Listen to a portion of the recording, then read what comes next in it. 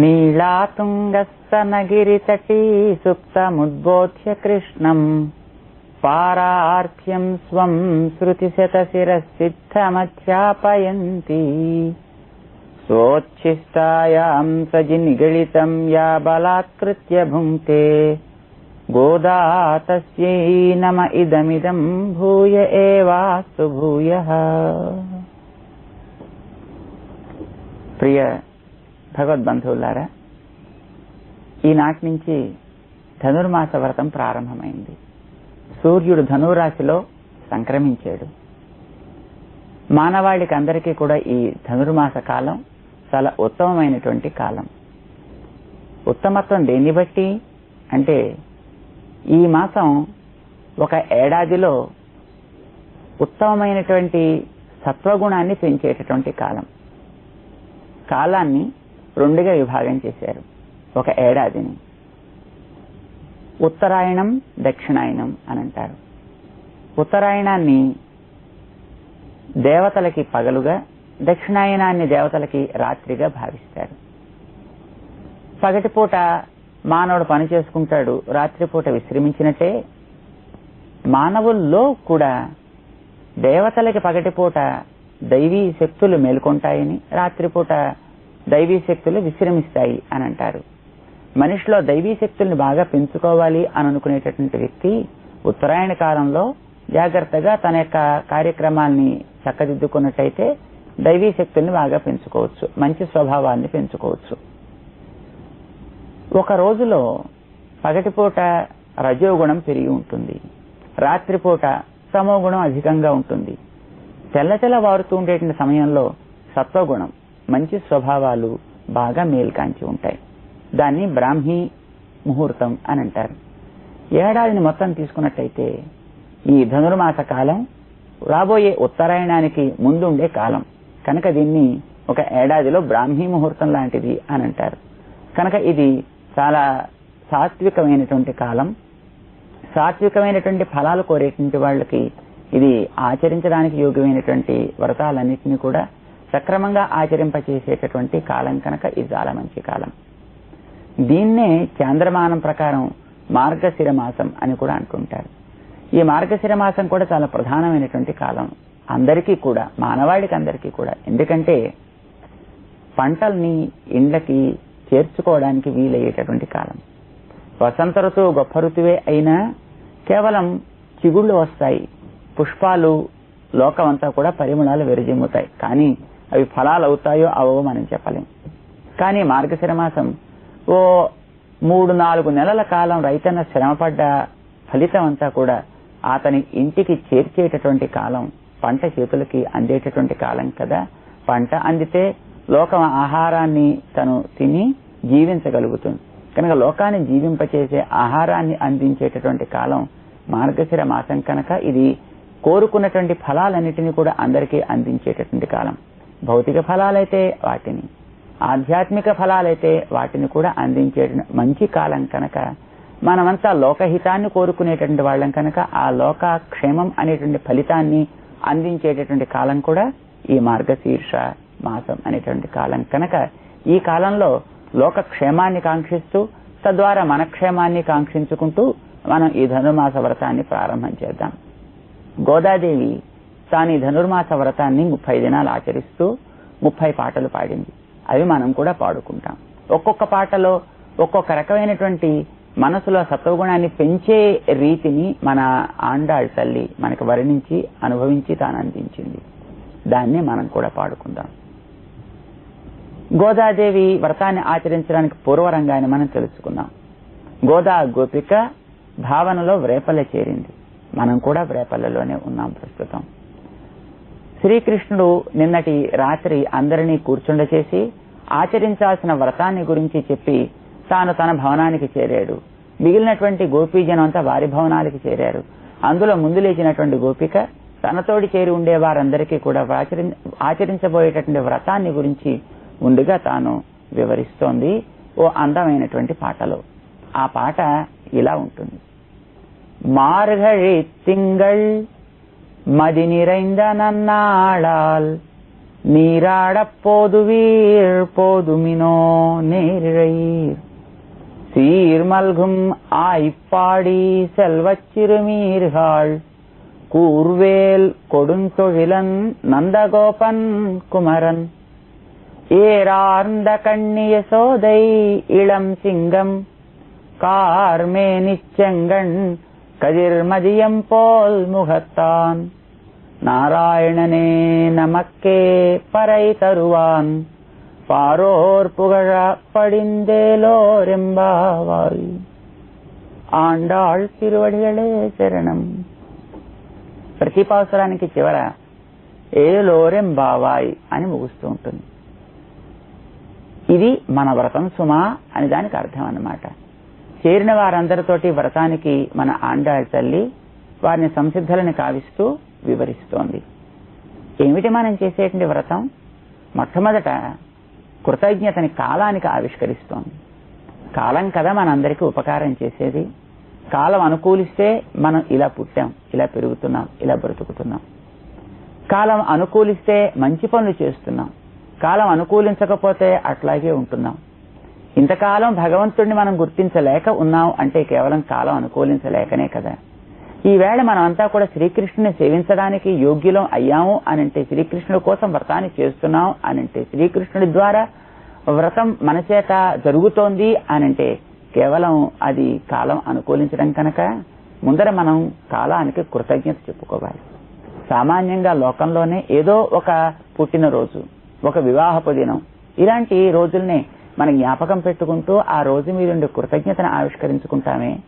మనిషికి సాత్విక స్వభావాన్ని పెంచుకోవడానికి అనువైనటువంటి ఒక కాలం నీకు సమీపించిందంటే దానికి కూడా కృతజ్ఞత చెప్పుకోవాలి కదా. రండి ముందు మనం అంతా కూడా ఒకసారి కాలాన్ని స్మరించుకుందాం అంటూ మన ఆండాళ్ తల్లి అందరినీ సమీకరించి వారందరికీ కూడా వ్రతం ఆచరించబోయే కాలాన్ని గురించి శ్లాఘిస్తోంది. ఇది మార్గళి తింగళ్, ఇది మార్గశీర్ష మాసం. ఏమిటి మాసానికి గొప్పతనం? మది నిరైందనన్నాళ్ ఆల్, చంద్రుడు తన పూర్ణ కళలతోటి నిండి ఉండేటటువంటి మంచి దినాల్ని మనకి అందిస్తుంది. ఈ మార్గశీర్ష మాసానికి ఉండే గొప్పతనం ముందు మన అమ్మ చెబుతోంది. మార్గశీర్ష మాసం పంటలని ఇండ్లకి తెచ్చి ఇండని ధనధాన్యాదులతోటి కళకళ్ళాడేట్టు చేసేటువంటి మాసం కనుక ఇది మాసాల్లోకెల్లా మంచి మాసం. అంతేకాదు ఇది మరీ ఎక్కువ వేడి కానీ మరీ ఎక్కువ చల్లదనం కానీ ఇంకా ఉండనటువంటి కాలం. ఎండాకాలం వెళ్లిపోయింది, వానాకాలం వెళ్లిపోయింది, శీతాకాలం పూర్తిగా ప్రవేశించలేదు. కొంచెం కొంచెం చలి ఉంటున్నప్పటికీ కూడా అది పెద్ద లెక్క కాదు. మాసాల్లోకెల్లా ఇది ఉత్తమమైన వాతావరణాన్ని మనకి అందించేటటువంటి కాలం. మంచి పనులు చేసేవాళ్ళకి మంచి వాతావరణం కూడా కావాలి కదా. సాత్వికులకు అందరికీ కూడా సత్వాన్ని పెంచేటటువంటి కాలం కనుక ఇది భగవంతుడి లాంటి మాసం అన్నమాట. వాసుదేవ తరుఛాయ నాతి సీత నా ఘర్మదా అని మన మాసాల్లోకెల్లా గొప్పదైనటువంటి ఈ మాసాన్ని భగవంతుడి యొక్క స్వభావం కలది అని పోలుస్తూ ఉంటారు. భగవంతుడైనటువంటి ఒక వృక్ష ఛాయ చాలా గొప్పది. ఇది వేసవి కాలంలో చల్లదనాన్ని ఇస్తుంది, శీతాకాలంలో వెచ్చదనాన్ని ఇస్తుందట. అలానే ఈ మాసం కూడా చాలా కోరుకున్న వారికి కోరిన వాటన్నిటినీ కూడా హాయిని అందించేటటువంటి మాసం కనుక ఇది మంచి మాసం. అంతేకాదు భగవంతుడే ఈ మాసం నేను అని శ్లాఘించినటువంటి మాసం. మాసానాం మార్గశీర్షోహం అంటూ భగవంతుడు తనే ఈ మాసం అని చెప్పుకున్నాడు. ఎందుకోసం అనంటే మనిషి బాగుపడ్డానికి అనేక మార్గాలున్నాయి. ఒకటి తను కర్మను ఆచరించడం, 2 జ్ఞానాన్ని పెంపొందించుకోవడం, 3 భక్తిని పెంపొందించుకోవడం, 4 శరణాగతి చేయడం. ఇలాంటి అనేక మార్గాలున్నాయి. ఒక్కొక్క మార్గము మనకి కావలసిన శ్రేయస్సుని అందించేదే అయినా అవన్నీ మన ప్రయత్నం మీద ఆధారపడ్డవే తప్ప వాటంతటా మనకి ఫలితాన్ని ఇచ్చేవి కావు. కానీ వీటన్నిటికంటే గొప్ప మార్గం మరొకటి ఉంది. అదేమిటి అంటే భగవద్గీతలో నేనే అని శ్రీకృష్ణుడు చెప్పుకున్నాడు. మామేకం శరణం వ్రజ అంటాడు. ఆయన మార్గాల్లోకెల్లా ఉత్తమమైనటువంటి మార్గం. మిగిలిన మార్గాలు మన ప్రయత్నాన్ని ఆశిస్తే ఆ మార్గం మన ప్రయత్నాన్ని ఏం అపేక్షించకుండా తనే కావలసినవన్నీ ఇవ్వగలిగినటువంటి మార్గం కదా భగవంతుడు అంటే. కనుక భగవంతుడనే మార్గం మార్గములకెల్లా శీర్షం. కనుక భగవంతుడిని మార్గశీర్షం అంటారు అని తని చెప్పుకున్నాడు అన్నమాట. అట్లాంటి మార్గంలోకెల్లా ఉత్తమమైనటువంటి మార్గం భగవంతుడు, నేనే మీకందరికి కావాల్సిన పరికరాలను ఇస్తానర్రా, కోరిన ఫలితాలను ఇస్తానర్రా అని వాగ్దానం చేసినటువంటి కాలం కనుక ఇది ఉత్తమమైనటువంటి కాలం అంటూ మొట్టమొదటి మన ఆండాళ్ తల్లి మార్గశీర్ష మాసాన్ని, భగవన్ మాసాన్ని కీర్తిస్తోంది. ఇక పైన మనకి బ్రాహ్మీ ముహూర్తం ఆసన్నమైంది కనుక మనలో కూడా తెల్లవారబోతోంది. తెల్లవారుతోంది అంటే కావలసినటువంటి పనులన్నీ చేసుకోవడానికి కావలసినటువంటి చూపుకి కావలసినటువంటి వెలుతురు మనకి అంతటా వ్యాపిస్తుంది కదా. అలాంటి ఉత్తమమైనటువంటి కాలం ఈ మార్గశీర్ష మాసం. మాసమేనా, రోజులు కూడా ఎంత మంచివో అంటోంది మన అమ్మ. ఏమిటి రోజులు మంచి? మది నిరైందా నన్నాళ్ ఆల్, మది చంద్రుడు, నిరైందా నిండి ఉండేటటువంటి మంచి రోజులు కూడా ఆశ్చర్యం మన కోసం వచ్చాయి. మనం కాలాన్ని వెతుక్కుంటూ వెళ్ళక్కర్లేకుండా కాలమే మనం వెతుక్కుంటూ వచ్చిందన్నమాట. ఇది మంచి వాళ్ళ యొక్క అయోగ్యత. ఎవరైనా లోకంలో భౌతికమైనటువంటి ఫలితాలు కోరుకునే వాళ్ళు ఏ ముహూర్తాన్ని చూసుకుని వాళ్ళు వెళ్లాల్సి వస్తుంది. కానీ యోగ్యులైనటువంటి మహానుభావుల కోసం, వారి కోసం ముహూర్తం వెతుక్కుంటూ వస్తుందన్నమాట. వారు ఎప్పుడు అనుకుంటే అదే మంచి ముహూర్తం అవుతుంది. ఏ మాట పలికితే అదే మనకి యోగ్యమైనటువంటి శ్రేయస్సుని కలిగించేది అవుతుంది. అలానే మనం మంచిని చేద్దాం అనుకున్నాం, వెంటనే మంచి దినం వచ్చింది, మంచి మాసం వచ్చింది. ఏ రోజు మంచిది? శిక్షిస్తాను అన్న భగవంతుడే రక్షిస్తానర్రా అంటే అంతకంటే మంచి రోజు మనకి ఏమిటి కనుక? భగవంతుడిని గుర్తించగలిగిన రోజు కంటే మంచి రోజు ఏం కనుక? అలాంటి రోజు మనకందరికీ కూడా దరి చేరింది. ఇది మనకి మొట్టమొదట లభించినటువంటి యోగ్యత అంటూ ఆండాళ్ తల్లి ఆనందాన్ని, ఆశ్చర్యాన్ని ప్రకటిస్తోందనమాట. మది నిరైందనన్నాళాల్ అని అంటుంది. భగవంతుడు అనుగ్రహిస్తాడు జీవులందరినీ. కానీ భగవంతుడిలో కోపము, దయ రెండు ఉంటాయి. చెడు పనులు చూసి కోపం వస్తుంది, అయ్యో నా వాళ్లే అని దయ కలుగుతుంది. కోపం వచ్చినప్పుడు శిక్షిస్తానంటాడు మంచి మార్గంలో పెట్టడం కోసం. అయితే భగవంతుడిని మనం నేరుగా ఆశ్రయించడం కంటే భగవజ్ఞానం కలిగినటువంటి ఒక పెద్దల ద్వారా ఆశ్రయించడం ఉత్తమం. అలాంటి పెద్దలు మనకి గురువులు అని అంటాం. ఆ గురువుల్లో కోపం ఉండదు, కేవలం దయ మాత్రమే ఉంటుందన్నమాట. కనుక భగవంతుడి దయ కంటే గురువుల దయ శ్రేష్టమైనది అని అంటాం. రెండు కోపము అనుగ్రహం కంటే కూడా కేవలం అనుగ్రహమే ఉంటుంది కనుక గురువుల యొక్క దయ చల్లటి చంద్రుడు లాంటిది. చంద్రుడు కాంతిని స్వతంత్రంగా ఇవ్వడు. సూర్యకాంతే చంద్రుడి మీద ప్రతిఫలిస్తే మనకి అది అందుతోంది. కానీ సూర్యకాంతి లాంటి తైక్ష్యం దాంట్లో ఉండదు. ఆహ్లాదకరాన్ని అది మనకు అందిస్తూ ఉంటుంది. అట్లానే భగవంతుడి యొక్క అనుగ్రహం కొంచెం తీక్ష్ణమైతే గురువుల యొక్క కటాక్షం మనకి చంద్రకాంతి వలె చల్లనిది. కనుక మన ఆండాళ్ తల్లి అంటోంది, గురు కృప వంటి చల్లటి చంద్రకాంతులు నిండి ఉండేటటువంటి కాలం ఈ కాలం కనుక మనకి పెద్దల కటాక్షం కూడా స్పష్టంగా చక్కగా కలిగేటటువంటి కాలం ఈ కాలం. ఏం చెయ్యాలి ఈ కాలంలో? నీరాడ పోదువీర్ పోదుమినో ఆహ్వానిస్తోంది మనందరినీ కూడా. దేనికోసం? ఈ కాలంలో మనం చేయాల్సిన పని ఏమిటి అంటే స్నానం ఆచరించడం. తెలతెలవారుతూ స్నానం ఆచరించడమే ప్రధానమైనటువంటి కర్తవ్యం ఈ కాలంలో చేయాల్సింది. అయితే ఏ స్నానం? శారీరక స్నానం రోజు మనం చేస్తూనే ఉన్నాం. దానికంటే ప్రధానమైనటువంటిది మానసికమైనటువంటి స్నానం. భగవంతుడి యొక్క స్వరూప స్వభావాల్ని భావించగలిగే భగవంతుడి కళ్యాణ గుణములైనటువంటి జలములలో స్నానం ఆడాలి. అంటే భగవంతుడికి ఉపకార గుణాన్ని మనం కూడా తలుచుకుంటే మనలో కూడా ఉపకార స్వభావం పెరుగుతుంది. లోకాన్నంతటినీ భగవన్మయంగా మనం చూడగలుగుతాం. ద్వేషాలు, ఉద్రేకాలు, ఈర్ష్యలు, అసూయలు తగ్గుతాయి మనుషుల్లో. అలాంటి భగవత్ కళ్యాణ గుణ స్నానం ఆడాలి అంటే ఎవరికి అర్హత? దీనికి జాతి కానీ, కుల అని కానీ, వర్ణ, వర్గ, వయస్సు, ధనము, విద్య ఏ యోగ్యతలు అవసరం లేవు. ఎవరు పడితే వారే దీనికి అర్హులు. కానీ ఒక్కటి అర్హత. ఏమిటది? పోదు వీర్ అంటుంది గోదాదేవి. కావాలి అనే కోరిక ఒక్కటి ఉండాలి. అజీర్తి కలిగిన వాడికి అన్నం ఎట్లా వికటిస్తుందో ఇచ్చలేని వాడికి అట్లాగే భగవంతుడు కూడా రుచించడు. కనుక భగవద్ అవగాహన స్నానం చేయాలనే, అనుభవ స్నానం చేయాలనే కోరిక ఎవరికుంటే వారల్లా కూడా రండి అంటూ మన ఆండాళ్ తల్లి సర్వ ప్రాణికోటిని, సర్వ మానవాళిని కూడా ఈ వ్రతానికి రమ్మని ఆహ్వానిస్తోంది.